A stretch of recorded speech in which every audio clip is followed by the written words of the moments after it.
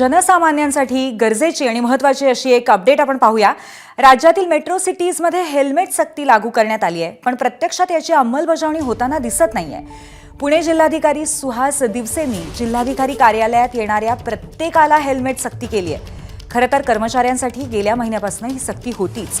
आजपासून सर्वसामान्यांसाठी सुद्धा ही सक्ती करण्यात आली आहे। याचीच पडताळणी करण्यासाठी जिल्हाधिकारी कार्यालयाच्या गेटवर जाऊन या हेल्मेट सक्तीचा रियालिटी चेक एबीपी माझाने आज घेतला, तेव्हा प्रत्यक्षात याची काटेकोर अंमलबजावणी होत नसल्याचं समोर आलंय। अनेक कर्मचारी आणि नागरिकांना विना हेल्मेट प्रवेश दिला जातोय, त्यामुळे जिल्हाधिकारी सुहास दिवसेंच्या आदेशाला केराची टोपली दाखवली जातेय असंच यातून सिद्ध होतंय। याचाच आढावा घेतलाय आमचे प्रतिनिधी नाझिम मुल्ला यांनी।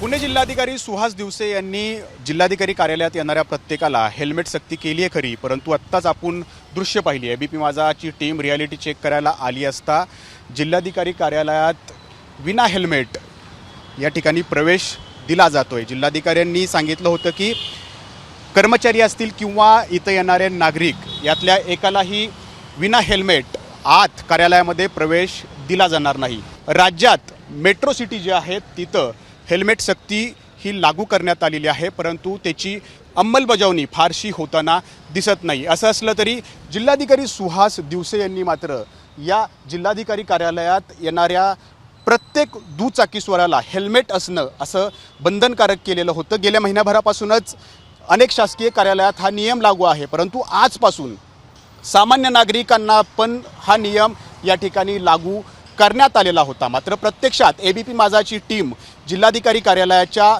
या गेटवरती आली तेव्हापासून आम्ही बघतोय की कर्मचारी असतील आणि नागरिक असतील यापैकी अनेक जण या ठिकाणी विना हेल्मेट या जिल्हाधिकारी कार्यालयामध्ये प्रवेश करतायत। त्यामुळं जिल्हाधिकारी कार्यालयांच्या आदेशाला थेट त्यांच्या कार्यालयाच्या गेटवरतीच त्यांच्या आदेशाला केराची टोपली दिली गेल्याचं यातून सिद्ध झालेलं आहे। कॅमेरामन अमोल गवाळेसह नाझिम मुल्ला, एबीपी माझा, पुणे। एबीपी माझा, उघडा डोळे बघा नीट।